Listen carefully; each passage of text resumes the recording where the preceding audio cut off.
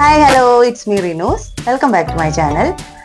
ഇന്ന് April 6 Sunday 28ാമത് പാലയൂർ മഹാതീർത്ഥാടനമാണ്. അതിൽ ഞാനും പങ്കുചേർന്നു. കോട്ടപ്പടി ഇടവകയിൽ നിന്ന് 9:15 ഞങ്ങൾ പുറപ്പെടുന്നത്. തമ്പുരാമ്പടിയിൽ ഞങ്ങൾ വെയിറ്റ് ചെയ്തു. അഞ്ഞൂര്, വയലത്തൂര് ആ ഇടവകളുടെ ഒപ്പം ഞങ്ങളൊപ്പം തന്നെ 10:30 പാലയൂർ ഞങ്ങൾ എത്തിച്ചേർന്നു.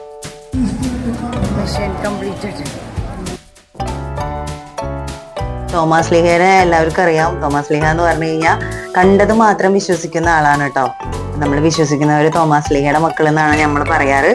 ചെറിയ കുട്ടികളും കുറെ പ്രായമായിട്ടുള്ള ആളുകളും ഒക്കെ നടന്നിട്ടുണ്ട് കേട്ടോ. തോമസ് ലീഹ മാമോദീസ മുക്കിയ കുളമുണ്ട് ഇവിടെ. അപ്പൊ അവിടേക്ക് വന്നിട്ട് എല്ലാവരും കാലൊക്കെ നനച്ച് ഭക്തിയോടുകൂടി എല്ലാവരും തിരിച്ചു പോവാണ്. ഒരുപാട് പേര് പ്രാർത്ഥിച്ചിട്ട് അനുഗ്രഹം വാങ്ങിക്കാൻ വേണ്ടിയിട്ടൊക്കെ തൃശ്ശൂരിൽ നിന്നൊക്കെ നടക്കുന്നുണ്ട് കേട്ടോ. പുലർച്ചെ നടക്കുന്നുണ്ട് കുറെ പേര്. അവരൊന്നും എത്തിയിട്ടില്ല, അവരൊക്കെ വൈകിട്ടേ എത്തുള്ളൂ. എനിക്ക് തന്നെ കാല് വേദനിച്ചു തുടങ്ങി.